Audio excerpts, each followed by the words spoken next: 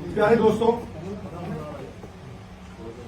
ਅੱਜ ਦੀ press conference ਦਾ ਮਕਸਦ ਇੱਕ ਲਾਰਜਰ ਕਨਸਪੀਰੇਸੀ, ਇੱਕ ਵੱਡੇ ਛੜਯੰਤਰ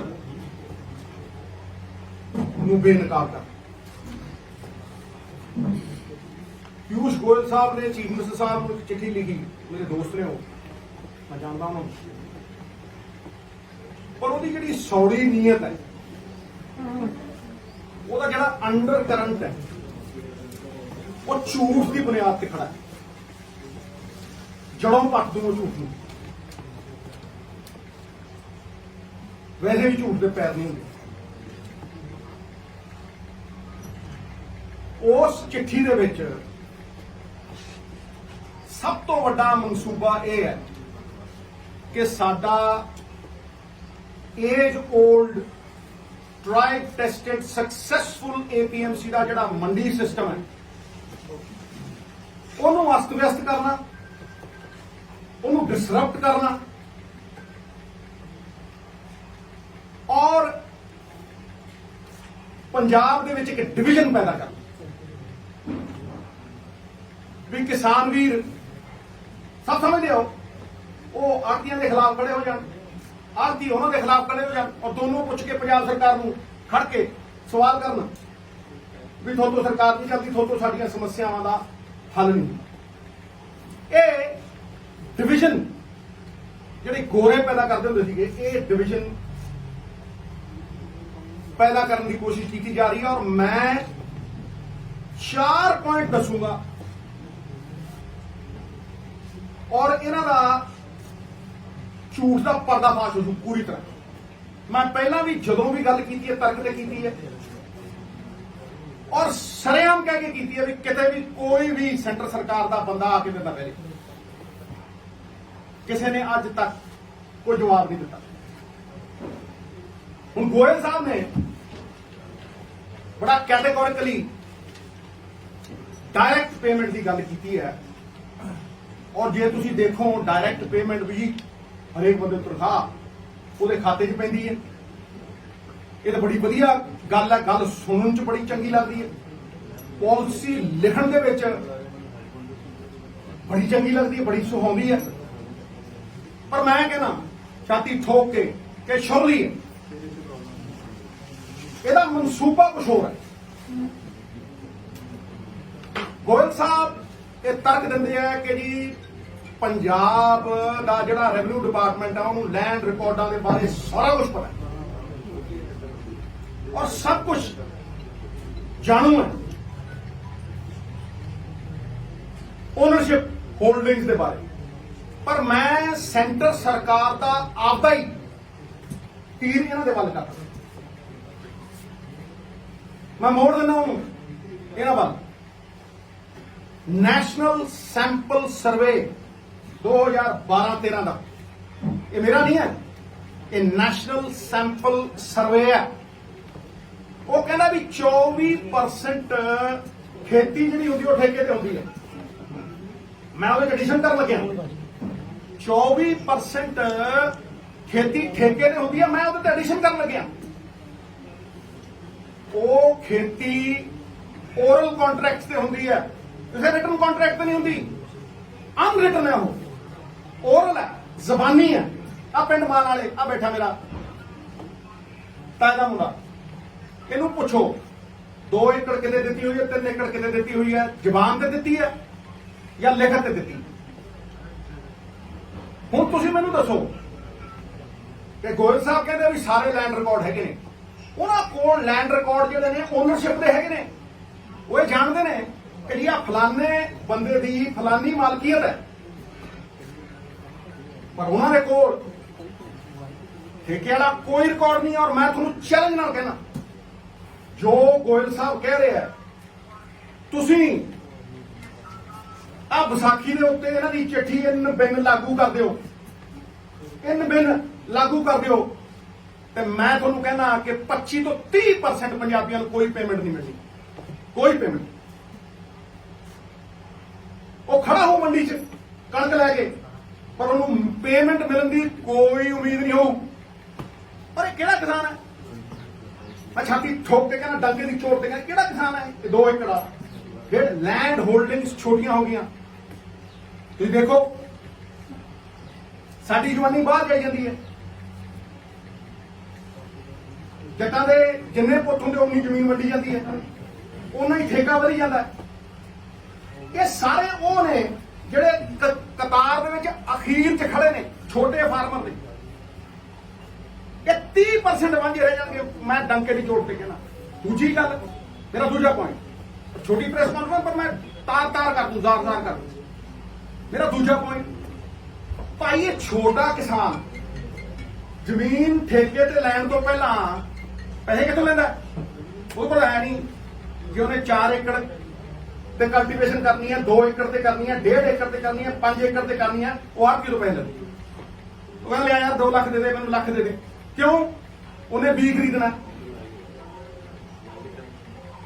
ਉਹਨੇ ਠੇਕਾ ਦੇਣਾ। ਠੇਕਾ ਨਹੀਂ ਦੇਣਾ, ਉਹਨੇ ਠੇਕਾ ਦੇਣਾ। ਉਹਨੇ ਪੈਸਟੀਸਾਈਡ ਖਰੀਦਣੀ ਹੈ, ਖਰੀਦਣੀ ਕਿ ਨਹੀਂ ਖਰੀਦਣੀ? ਇਹ ਸਾਰਾ ਕੁਝ ਉਹਨੇ ਖਰੀਦਣਾ। ਫਿਰ ਉਹਦੀ ਕਾਸਟ ਆਫ ਪ੍ਰੋਡਕਸ਼ਨ ਉਹ ਪਹਿਲਾਂ ਹੀ ਆੜਤੀਏ ਤੋਂ ਲੈਂਦਾ। ਆੜਤੀਆ ਕਾਸਟ ਬੀਅਰ ਕਰਦਾ। ਇਹ ਐਂਟਵਾਈਨਡ ਸਿਸਟਮ ਹੈ। ਕੋਈ ਇਹ ਥੋੜਾ ਨਾ ਵੀ ਤੁਸੀਂ ਆਪਣਾ ਤੁਗਲਕੀ ਫਰਮਾਨ ਜਾਰੀ ਕਰੋਗੇ ਤੇ ਸਿਸਟਮ ਜ਼ਾਰ ਕਰ ਦਿਓਗੇ। ਇਹ ਤੇ ਉਦੋਂ ਦਾ ਚੱਲੀ ਆਉਂਦਾ। ਤੁਸੀਂ ਦੇਖ ਲਓ ਕਿੰਨੀ ਦੇਰ ਦਾ ਚੱਲੀ ਆਉਂਦਾ। ਇਹ ਭੁਲੇਖਾ ਹੈ। ਕਈ ਲੋਕ ਕਹਿੰਦੇ ਨੇ ਜੀ ਕਿ ਆੜਤੀਆ ਜਿਹੜਾ ਸਰਵਿਸ ਪ੍ਰੋਵਾਈਡ ਕਰਦਾ ਨਾ, ਮੈਨੂੰ ਲੱਗਦਾ ਕਣਕ ਸੁਕਾਉਣ ਦੀ ਸਰਵਿਸ ਪ੍ਰੋਵਾਈਡ। ਬਿਲਕੁਲ ਨਹੀਂ, ਝੂਠ ਹੈ। ਜਿਹਨੇ ਖੇਤੀ ਕੀਤੀ ਹੈ, ਜਿਹੜਾ ਖੇਤਾਂ 'ਚ ਰੁਲਿਆ, ਮਿੱਟੀ ਨਾਲ ਮਿੱਟੀ ਹੋਈ, ਜਿਹੜਾ ਬਿੰਡੀਆਂ ਨੂੰ ਮੋਢੇ ਲਾਇਆ, ਨਵਜੋਤ ਸਿੰਘ ਸਿੱਧੂ ਵਰਗੇ ਬੰਦੇ ਸਮਝ ਨਹੀਂ, ਉਹ ਜਾਣਦੇ ਆ ਵੀ ਇਹ ਸਿਸਟਮ ਕਿਵੇਂ ਚੱਲਦਾ। ਇਹ ਸਿਸਟਮ ਜਿਹੜਾ ਇਕਨੋਮਿਕ ਸਿਸਟਮ ਐਗਰੀਕਲਚਰ ਦਾ ਹੈ, ਦੇਖੋ ਐਗਰੀਕਲਚਰ ਦੀ ਰੀੜ ਦੀ ਹੱਡੀ ਕਿਸਾਨ, ਸਾਡੀ ਪਛਾਣ ਕਿਸਾਨ, ਜਗਦੀ ਜਾਨ ਕਿਸਾਨ। ਲੇਕਿਨ ਇਹ ਜਿਹੜੀ ਐਗਰੀਕਲਚਰ ਇਕਨੋਮੀ ਹੈ, ਇਹਦੀ ਰੀੜ ਦੀ ਹੱਡੀ ਆਪ ਕੀ ਹੈ? ਕੋਈ ਕਰ ਲੈ ਫੈਸਲੇ ਤਾਂ ਤੁਸੀਂ ਕਰ ਦਿਓ 1 ਮਿੰਟ ਦੇ ਵਿੱਚ। ਦੇਖੋ ਤੁਸੀਂ ਨਾਲ ਦੀ ਨਾਲ ਉਹ ਖੜੇ ਆ। ਤੇ ਜਿਹੜੀ ਫਸਲ ਵੀ ਚੁੱਕਦੀ ਹੈ ਪੰਜਾਬ ਸਰਕਾਰ, ਉਹ ਤੁਹਾਨੂੰ ਲੱਗਦਾ ਕਿ ਉਹ ਆਪ ਹੀ ਚੁੱਕ ਲੈਂਦੇ? ਐਫਸੀਆਈ ਚੁੱਕਦੀ ਹੈ। ਸਾਰੇ ਆੜਤੀਆਂ ਨੂੰ ਕਿਹਾ ਜਾਂਦਾ ਗੱਡੀਆਂ ਉਹ ਲਿਆਉਂਦੇ ਆ, ਟੋਚਨ ਉਹ ਪਾਉਂਦੇ ਆ, ਸਮਾਨ ਉਹ ਪਹੁੰਚਾਉਂਦੇ ਆ। ਕੌਣ ਕਹਿੰਦਾ ਭਾਈ ਵੀ ਜਿਹੜਾ ਆੜਤੀ ਹੈ ਉਹ ਇਹਦਾ ਹਿੱਸਾ ਨਹੀਂ ਹੈ? He is not entwined with the system. ਹਾਂਜੀ, ਮੈਨੂੰ ਕੋਈ ਸਮਝਾ ਦੇ।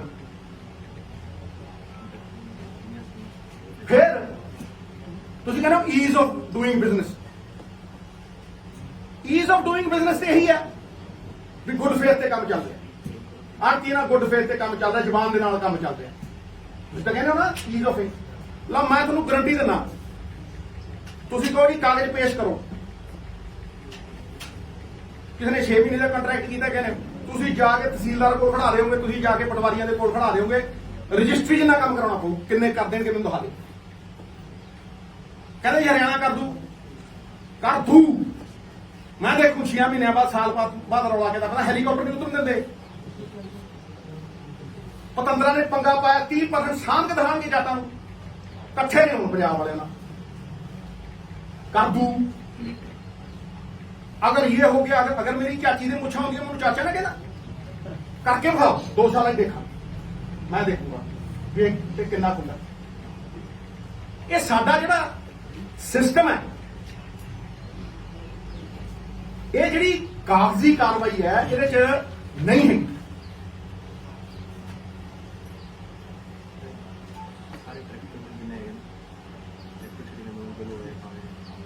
मैं ਹੁਣ ਇਹ ਕਹਿੰਦੇ ਜੀ ਇਹ ਡਾਇਰੈਕਟ ਪੇਮੈਂਟ ਜਿਹੜੀ ਹੈ ਇਹਨੂੰ ਕੋਈ ਕਿੰਤੂ ਪਰੰਤੂ ਨਹੀਂ ਹੈ। ਇਹ ਤਾਂ ਸਾਰੇ ਕਹਿਣਗੇ। ਮੈਂ ਤੁਹਾਨੂੰ 3 ਡਾਇਰੈਕਟ ਪੇਮੈਂਟਾਂ ਜਿਹੜੀਆਂ ਸਰਕਾਰ ਕਰ ਰਹੀ ਹੈ ਨਾ, ਮੈਂ ਤੁਹਾਨੂੰ 3 ਦਾ ਐਗਜ਼ਾਮਪਲ ਦਿੰਦਾ।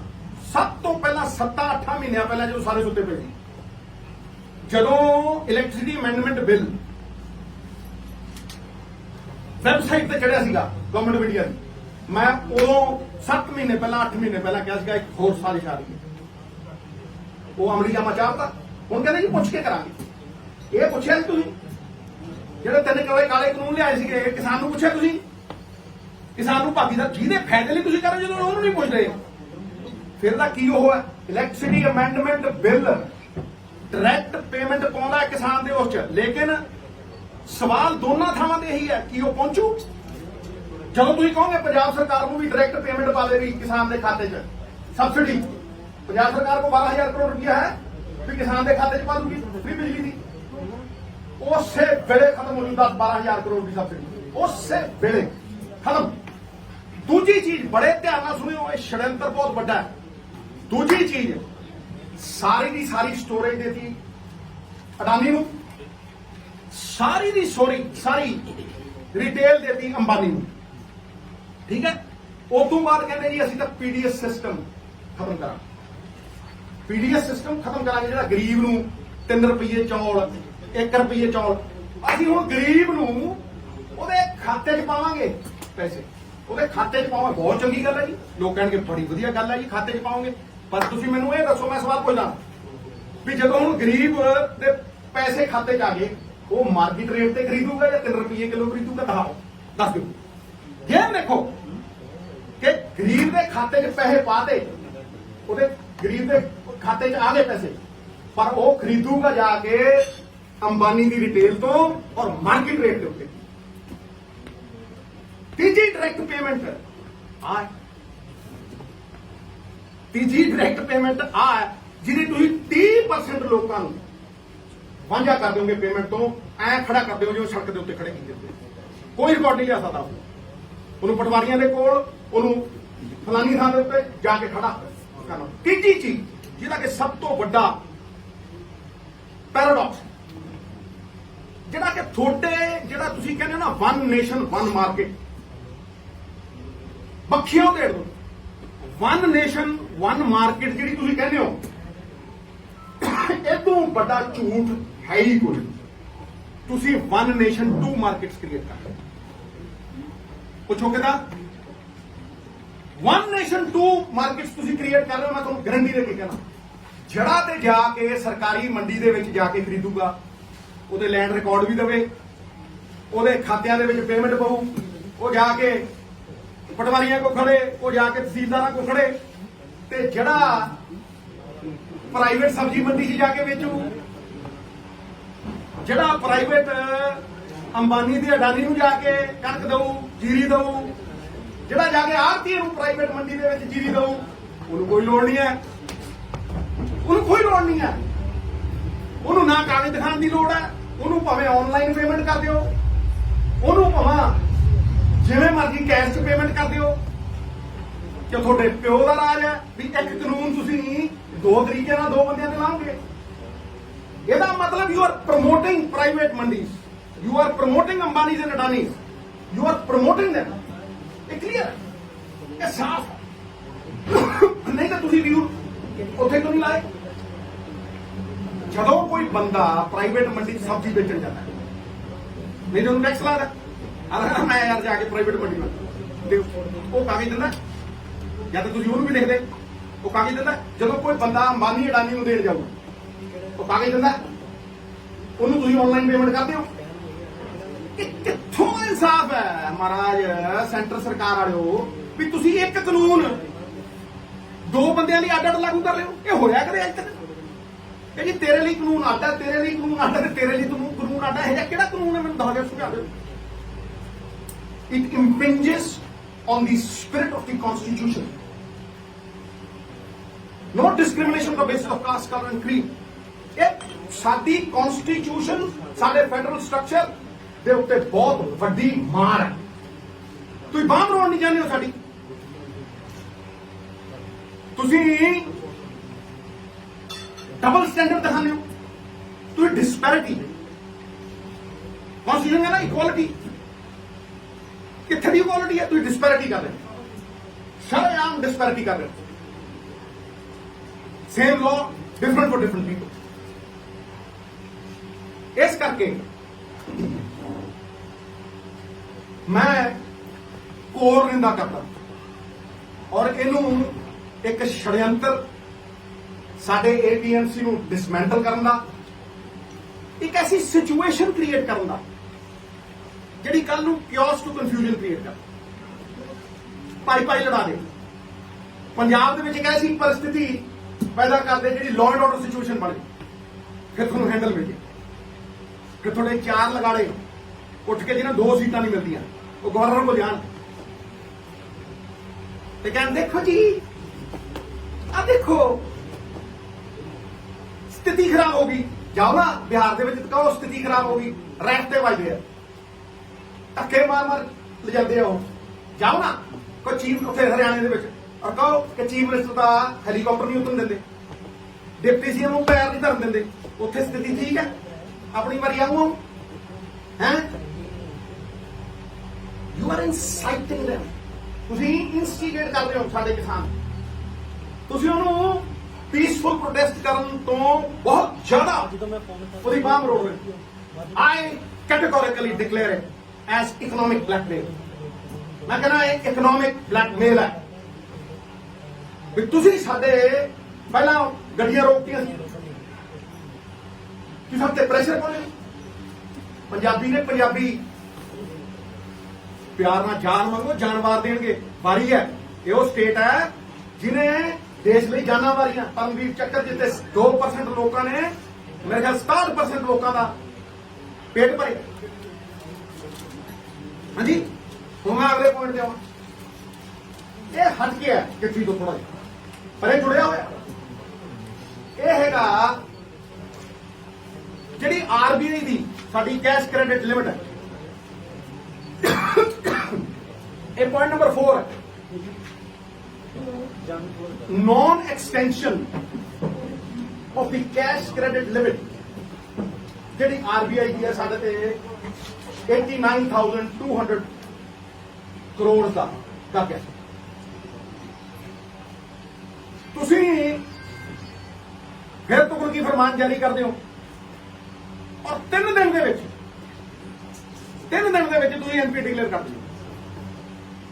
ਦਸ਼ਕਾਂ ਤੋਂ ਚੱਲਿਆ ਆ ਰਿਹਾ ਇੱਕ ਸਿਸਟਮ ਜਿਹਦੇ ਚ ਆਰਬੀਆਈ ਸਾਨੂੰ ਫੈਸਿਲਿਟੇਟ ਕਰਦੀ ਸੀ। ਹਾਂਜੀ ਅਸੀਂ ਵੀ ਖਰੀਦਦੇ ਸੀ, ਉਹ ਵੀ ਖਰੀਦਦੇ ਸੀ, ਐਫਸੀਆਈ ਉਹ ਖਰੀਦੀ। ਤੁਸੀਂ ਇੱਕੋ ਦਮ 3 ਦਿਨ ਪਹਿਲਾਂ ਤੁਸੀਂ ਇਹ ਕਹਿੰਦੇ ਹੋ ਕਿ ਜੀ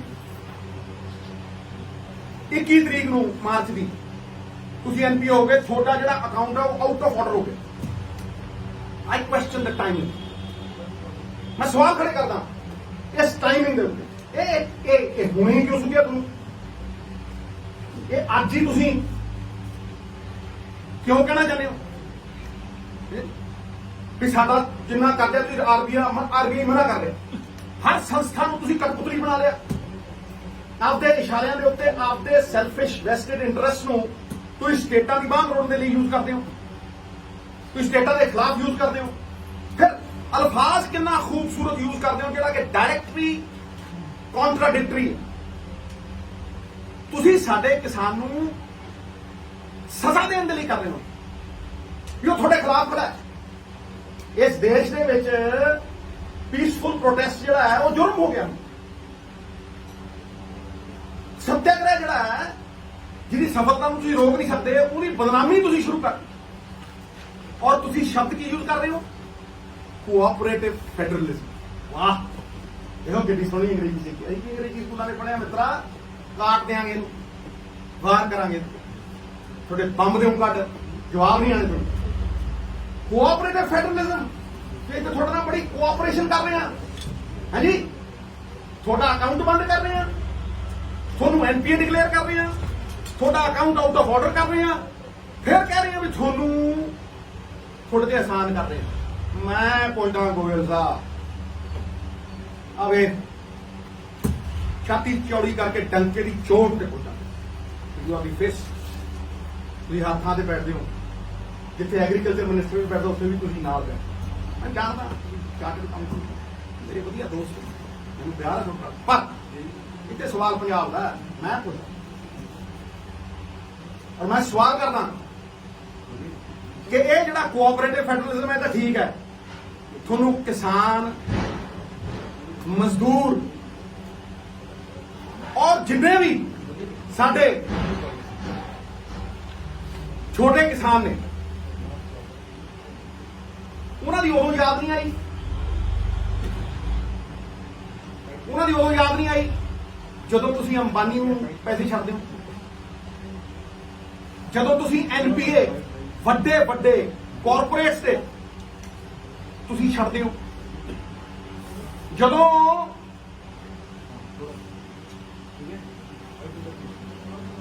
ਅੰਬਾਨੀ ਔਰ ਅਡਾਨੀ ਨੇ ਕਰਜ਼ਾ ਮੋੜਨਾ ਹੁੰਦਾ ਹੈ ਤੇ ਤੁਸੀਂ ਕਹਿੰਦੇ ਹੋ 5 ਸਾਲ ਨਹੀਂ। ਅੰਬਾਨੀ ਸਾਹਿਬ ਵੱਡੇ ਵੱਡੇ ਕਾਰਪੋਰੇਟਰ ਨੂੰ ਕਹਿੰਦੇ 5 ਸਾਲ ਹੀ ਮਾਰੇ 25 ਸਾਲ ਪੂਰੇ। ਵਾਹ ਦੇਖੋ ਵਿਤਕਰੇ ਦੇਖੋ। ਕਦੇ ਇੱਕ ਕਿਸੇ ਕਿਸਾਨ ਨੂੰ, ਕਿਸੇ ਇੱਕ ਛੋਟੇ ਵਪਾਰੀ ਨੂੰ, ਕਿਸੇ ਇੱਕ ਬੰਦੇ ਨੂੰ ਇਹ ਕਿਹਾ ਕਦੇ ਵੀ 5 ਸਾਲ ਚ ਨਾ ਮੋੜੀ, ਤੂੰ 7 ਚ ਮੋੜਦੀ, ਤੂੰ 10 ਚ ਮੋੜਦੀ। ਮੈਂ ਕਹਿੰਦਾ 10 ਹੀ ਕਰ ਦੂੰ। ਤੁਸੀਂ ਉਹਨਾਂ ਲਈ ਸਕੀਮ ਲਿਆਦੇ ਹੋ 5x25 ਨਹੀਂ ਮੋੜਦੇ, ਕੋਈ ਗੱਲ ਨਹੀਂ 25 ਚ ਮੋੜੇ। ਸੁਪਰੀਮ ਕੋਰਟ ਕਹਿੰਦਾ ਅੰਬਾਨੀ ਦੀਆਂ 3 ਕੰਪਨੀਆਂ ਦੀ ਕੁਰਕੀ ਕਰੋ।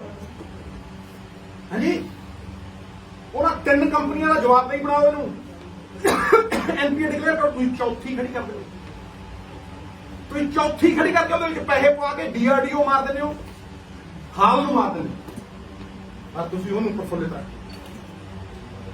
ਇਹ ਤੁਹਾਡਾ ਐਨਪੀਏ ਦਾ ਰੂਲ ਹੈ।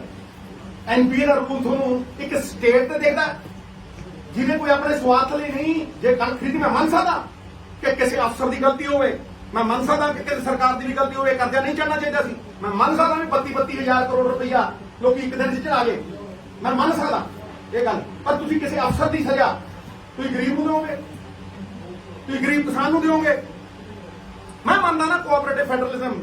ਜੇ ਗੋਇਲ ਸਾਹਿਬ ਤੁਸੀਂ ਕਹਿੰਦੇ 10 ਸਾਲ ਦੇ ਵਿੱਚ ਅਸੀਂ ਤੁਹਾਨੂੰ 10,000 ਕਰੋੜ ਰੁਪਏ ਦਿਆਂਗੇ, 10 ਆ ਲਓ 10 ਅਗਲੇ ਸਾਲ ਤੁਹਾਨੂੰ 10,000 ਕਰੋੜ ਰੁਪਏ ਦੇਵਾਂਗੇ, ਤੇ ਤੁਸੀਂ ਇਹ ਝੋਨੇ ਦੇ ਕਣਕ ਦੇ ਵਿੱਚੋਂ ਨਿਕਲ ਕੇ ਡਾਈਵਰਸਿਫਿਕੇਸ਼ਨ ਕਰੋ। ਮੈਂ ਮੰਨਦਾ ਨਾ ਫਿਰ ਕੋਆਪਰੇਟਿਵ ਫੈਡਰਲਿਜ਼ਮ ਹੈ। ਇਹ ਕਿਹੜਾ ਕੋਆਪਰੇਟਿਵ ਫੈਡਰਲਿਜ਼ਮ? ਇਹ ਲੋਲੀਪੌਪ ਜਿਹੜੇ ਨੇ ਨਾ, ਇਹ ਲੋਲੀਪੌਪ ਤੁਸੀਂ ਕਿ ਦਿੱਲੀ ਵਾਲੇ ਨੂੰ ਜ਼ਰੂਰ ਦੇ ਲਿਓ। ਪੰਜਾਬ ਦਾ ਕਿਸਾਨ ਸਮਝਦਾ, ਅਸੀਂ ਮਿੱਟੀ ਨਾਲ ਮਿੱਟੀ ਹੋਣ ਵਾਲੇ ਬੰਦੇ ਅਸੀਂ ਸਮਝਦੇ ਆ ਇਸ ਗੱਲ। ਇਸ ਕਰਕੇ ਤੁਸੀਂ ਸਾਨੂੰ ਲੋਲੀਪੌਪ ਨਾ ਦਿਓ। ਕਿਸੇ ਨੇ ਨਹੀਂ ਤੁਹਾਡੇ ਇਸ ਗੇਮ ਚ ਆਉਣਾ, ਔਰ ਕਿਸੇ ਨੇ ਵੰਡਿਆ ਨਹੀਂ ਜਾਣਾ। ਅਸੀਂ ਗੁਰੂਆਂ ਦੇ ਨਾਲ ਜਿਉਂਦੇ ਆ, ਅਸੀਂ ਇਕੱਠੇ ਹੋ ਕੇ ਜੀਆਂ।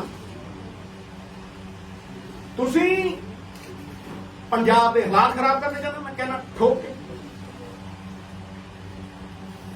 ਤੁਸੀਂ ਸਾਨੂੰ ਵੰਡਣਾ ਚਾਹੁੰਦੇ ਹੋ, ਮੈਂ ਕਹਿੰਦਾ ਠੋਕ ਕੇ। ਤੁਸੀਂ ਸਾਡਾ ਏਪੀਐਮਸੀ ਮੰਡੀ ਸਿਸਟਮ ਖਤਮ ਕਰਨਾ ਚਾਹੁੰਦੇ ਹੋ, ਤੁਸੀਂ ਲੱਖਾਂ ਲੋਕ ਬੇਰੁਜ਼ਗਾਰ ਕਰਨਾ ਚਾਹੁੰਦੇ ਹੋ, ਤੁਸੀਂ ਕਨਫਿਊਜ਼ਨ ਕ੍ਰੀਏਟ ਕਰਨਾ ਚਾਹੁੰਦੇ ਹੋ।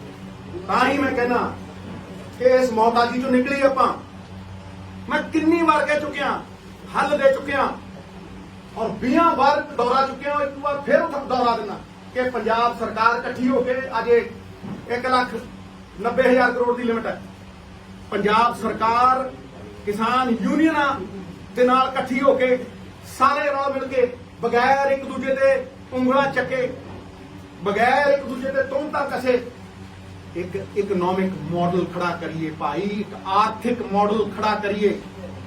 ਜਦ ਤੱਕ ਅਸੀਂ ਆਰਥਿਕ ਮਾਡਲ ਖੜਾ ਨਹੀਂ ਕਰਦੇ, ਇਹ ਸਾਡੀਆਂ ਬਾਹਾਂ ਮਰੋੜਦੇ ਰਹਿਣ। ਤੇ ਮੈਂ ਤੁਹਾਨੂੰ ਕਹਿਣਾ ਕਿ ਜੇ ਤੁਸੀਂ ਐਂਡਿੰਗ ਕਰ ਰਹੇ ਹੋ, ਕਿ ਜੇ ਤੁਸੀਂ ਇਹ ਕੋਆਪਰੇਟਿਵ ਫੈਡਰਲਿਜ਼ਮ ਦੀ ਗੱਲ ਕਰਦੇ ਹੋ, ਤੇ ਤੁਸੀਂ ਕਿਸਾਨ ਦੇ ਲਈ, ਮਜ਼ਦੂਰ ਦੇ ਲਈ ਸੋਸ਼ਲ ਜਸਟਿਸ ਦੀ ਗੱਲ ਕਰਦੇ ਹੋ। ਮੈਂ ਕਹਿੰਦਾ ਸੋਸ਼ਲ ਜਸਟਿਸ ਦੀ ਗੱਲ, ਇਕੁਆਲਿਟੀ ਦੀ ਗੱਲ ਕਰਦੇ ਹੋ, ਤੁਸੀਂ ਡਿਸਪੈਰਿਟੀ ਦੀ ਗੱਲ, ਤੁਸੀਂ ਅਨਿਆਂ ਕਰ ਰਹੇ ਹੋ। ਤੁਸੀਂ ਸਾਡਾ ਪੀਸ ਜਿਹੜਾ ਹੈਗਾ ਉਹ ਜ਼ਾਰ ਕਰਨਾ ਚਾਹੁੰਦੇ ਹੋ, ਬਹਾਨੇ ਬਣਾਉਂਦੇ ਹੋ, ਲਾਅ ਐਂਡ ਆਰਡਰ ਸਿਚੁਏਸ਼ਨ ਪੈਦਾ ਕਰਨਾ ਚਾਹੁੰਦੇ ਹੋ।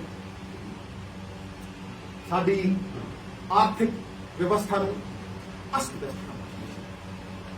ਆਈ ਰੈਸਟ ਮਾਈ ਕੇਸ। ਇਹ 4 ਪੁਆਇੰਟਾਂ ਦੇ ਕੋਈ ਆ ਜੇ ਮਾਈ ਦਾ ਲਾਲ ਤੇ ਗੱਲ ਕਰੇ।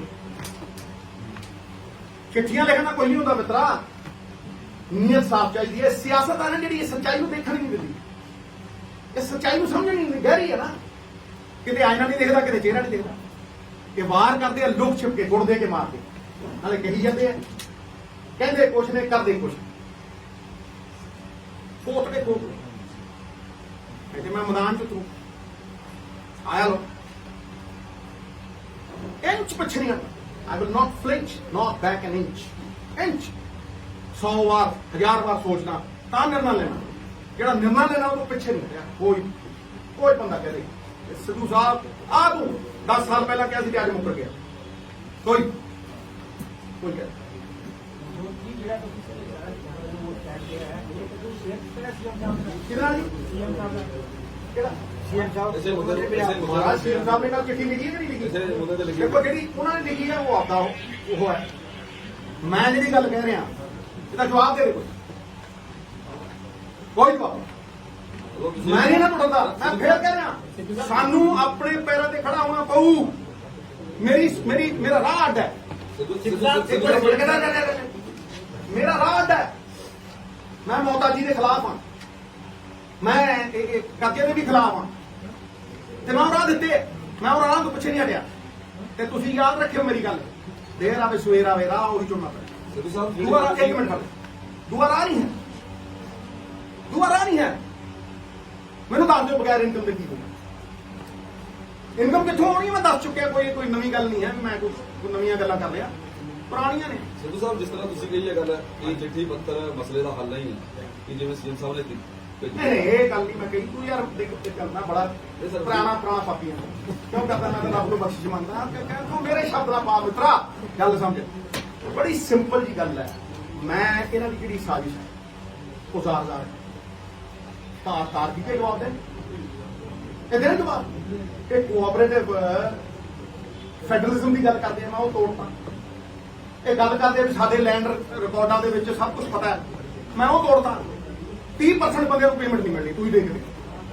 ਤੁਸੀਂ ਖੜੇ ਕਰਦੇ ਹੋ ਉਹਨਾਂ ਨੂੰ, ਤੁਸੀਂ ਜ਼ਰੂਰਤ ਨੇ ਕੀਤੀ ਹੈ, ਮੈਂ ਕੀਤੀ ਹੈ ਵੀ ਭਾਈ ਤੁਸੀਂ ਅੰਬਾਨੀਆਂ ਦੇ ਲਈ ਰੂਲ ਅੱਡ ਰੱਖਦੇ ਹੋ, ਸਾਡੇ ਲਈ ਰੂਲ ਅੱਡ ਰੱਖਦੇ ਹੋ। ਤੁਸੀਂ ਵਨ ਨੇਸ਼ਨ ਵਨ ਮਾਰਕੀਟ ਦੇ ਨਾਮ ਦੇ ਉੱਤੇ 3 ਕਾਨੂੰਨ ਨੇ, ਤੁਹਾਡੇ ਕਾਨੂੰਨਾਂ ਦਾ ਹੀ ਮੈਂ ਜੜ ਤੋਂ ਪੱਟ ਦੇਣਾ।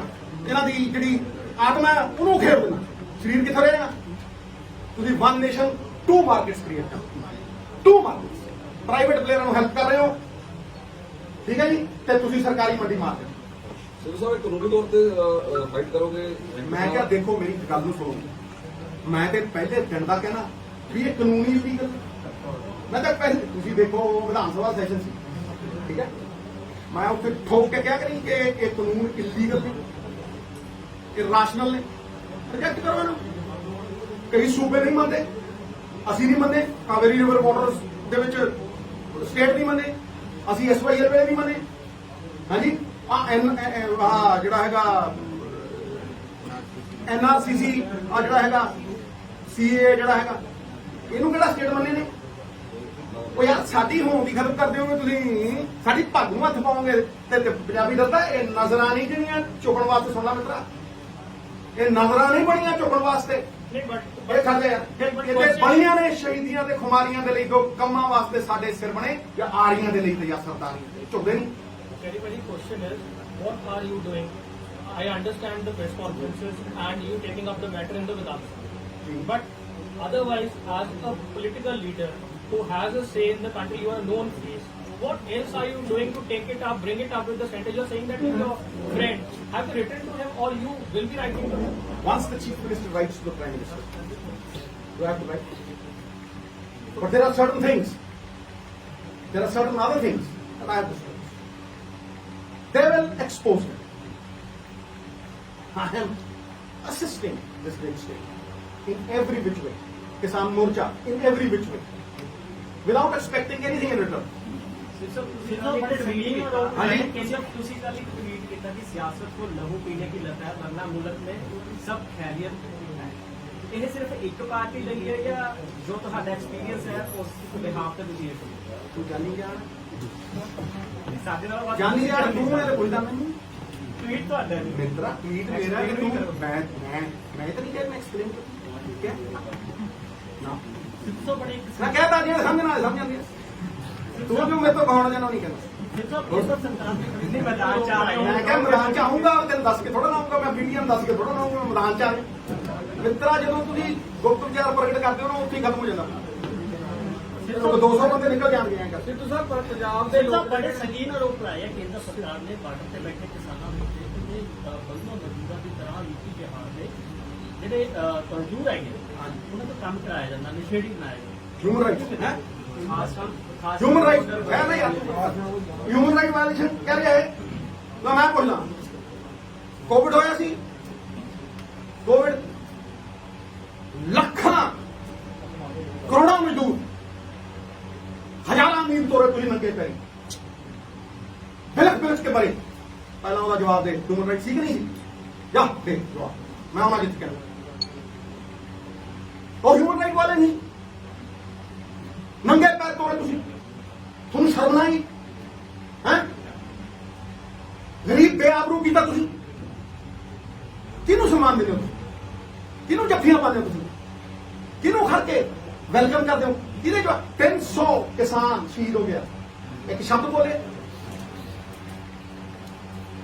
ਤੇ ਕਹੇ ਅਮੀਰ ਦੇ ਜਵਾਕ ਜੰਮਦਾ ਤਾਂ ਕੌਣ ਪਹੁੰਚਦਾ ਉੱਥੇ? ਤੈਨੂੰ ਪਤਾ ਨਹੀਂ ਮਿੱਤਰਾ, ਹਿਊਮਨ ਰਾਈਟਸ ਵਾਇਲੇਸ਼ਨ ਦੀ ਗੱਲ ਕਰਦੇ ਤੁਸੀਂ ਹੋਏ, ਸ਼ਰਮ ਕਰੋ। ਲੱਖਾਂ ਕਿਸਾਨ, ਤੁਸੀਂ ਲੱਖਾਂ ਗਰੀਬ ਤੋਰਿਆ, ਪਹਿਲਾਂ ਖੂਨੋ ਖੂਨ ਸੜਕਾਂ ਦੇ ਉੱਤੇ ਜਵਾਕ ਪੈਦਾ ਹੋਏ, ਸੜਕਾਂ ਦੇ ਉੱਤੇ ਮਰੇ, ਗੱਡੀਆਂ ਥੱਲੇ ਆ ਲੋਕ ਮਰੇ, ਹੈ ਕਾਹਦੇ ਪਿੱਛੇ? ਜ਼ਲੀਲ ਕੀਤੇ ਤੁਸੀਂ ਵੀ ਗੱਲ ਕਰਦੇ ਹੋ। But what about the institutions? ਤੁਸੀਂ ਹੁਣੇ ਕਿਹਾ ਕਿ ਜਿਹੜੇ institutions the RBI and others, ਉਹਨਾਂ ਨੂੰ ਇਹ ਮਿਸਯੂਜ਼ ਕਰ ਰਹੇ, ਆਮ ਪੁਲਿਸ ਕਰ ਰਹੇ, ਚਲੋ ਉਹ ਵੀ ਕਰ ਰਹੇ ਹੈ, CBI ਤੇ ਏਜੰਸੀਜ਼ ਨੂੰ ਵੀ ਕਰ ਰਹੇ ਹੈ।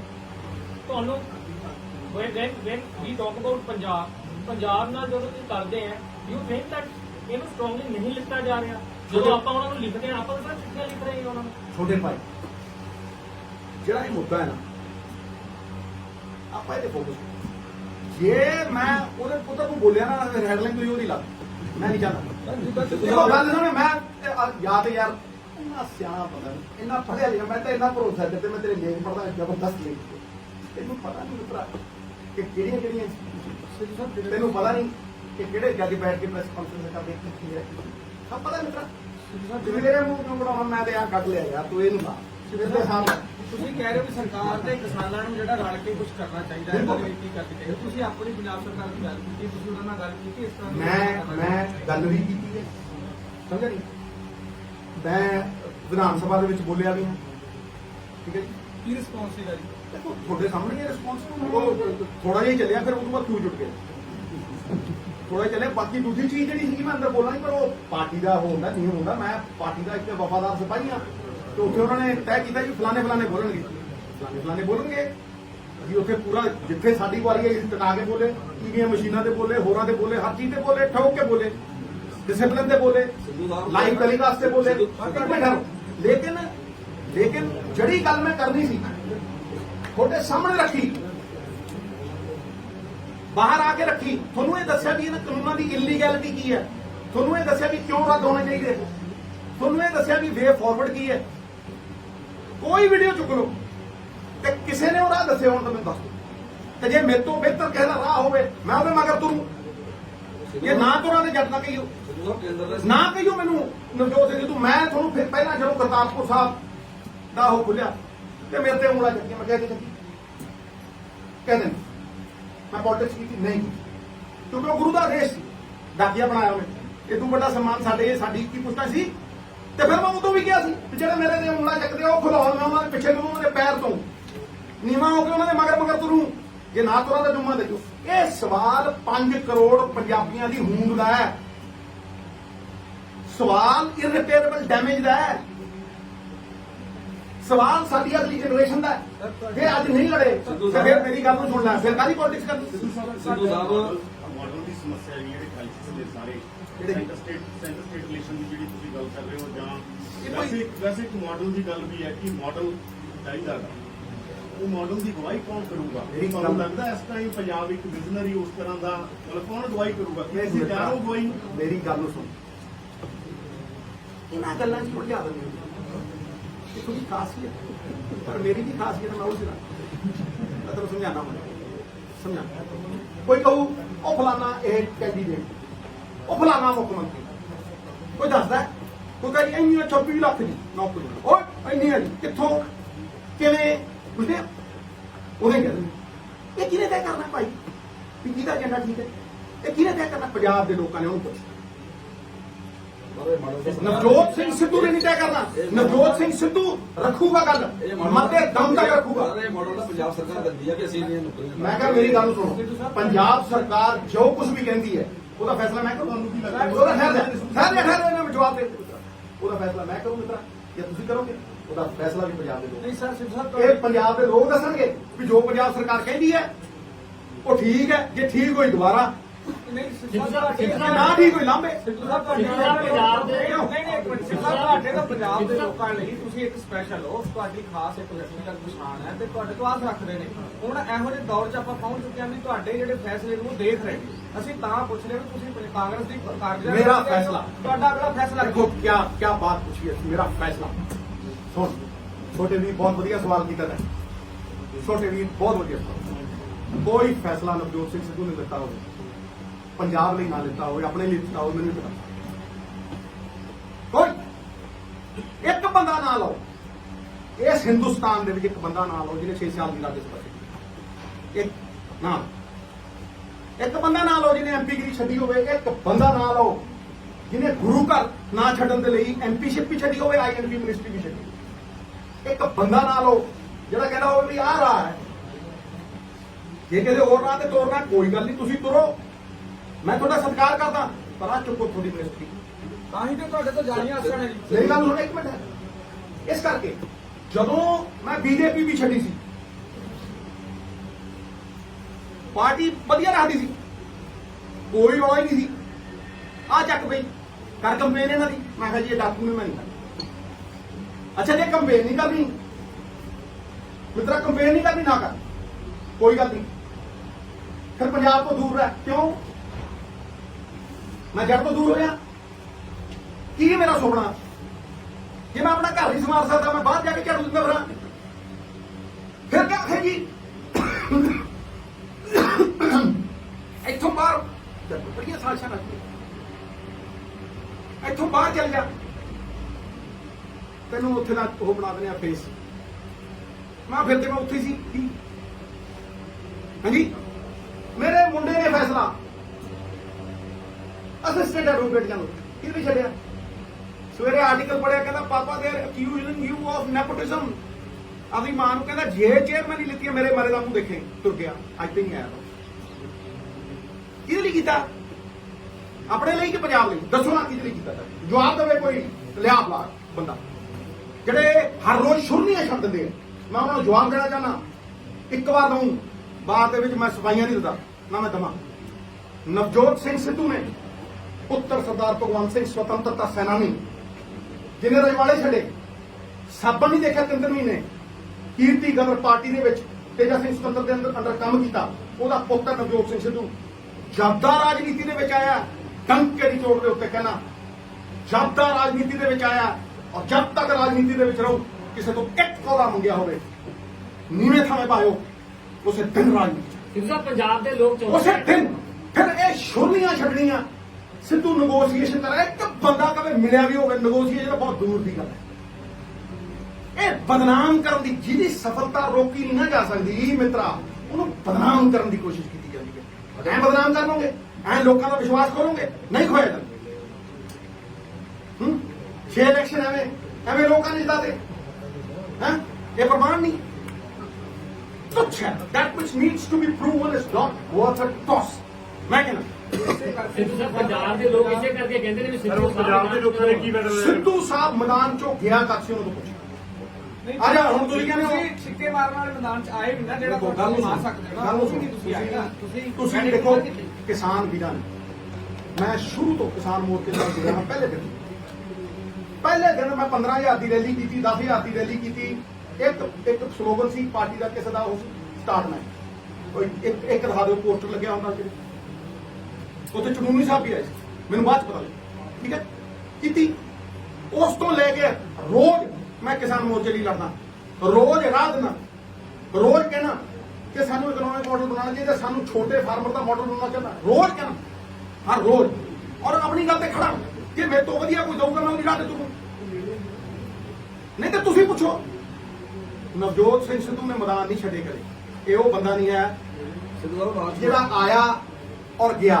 16 ਸਾਲ ਦੇ ਜਿਹਨੇ ਬੜੇ ਲੋਕ ਨੇ, ਜਿਨ੍ਹਾਂ ਨੇ ਥੱਲੇ ਸਿੱਟਣ ਦੀ ਕੋਸ਼ਿਸ਼ ਕੀਤੀ, ਨਾ ਮੈਂ ਗਿਰਾ। ਲੈ ਫਿਰ ਜੇਰ ਸੁਣਾਇਆ, ਫਿਰ ਕਹੋਗੇ ਜੇਰ नहीं सुनाया नवजोत। ना मैं गिरा, ना मेरी उम्मीदों का कोई मीनार गिरा, ना मैं गिरा, ना मेरी उम्मीदों का कोई मीनार गिरा। लेकिन मुझे गिराने की कोशिश में हर बंदा कई बार ਸਿੱਧੂ ਦਾ ਲਾਸਟ ਸਮੱਸਿਆ ਹੈ है कि नहीं गिरा? ਸਿੱਧੂ ਸਾਹਿਬ पता है कि ਸਿੱਧੂ ਸਾਹਿਬ ਵਿਚਾਰ ਤੇ ਵਾਪਸੀ बेहतर प्यारे that is the end Subscribe to Nation Next YouTube channel and press the bell icon to get regular updates from Nation Next. Also like Nation Next Facebook page and follow us on Instagram and Twitter.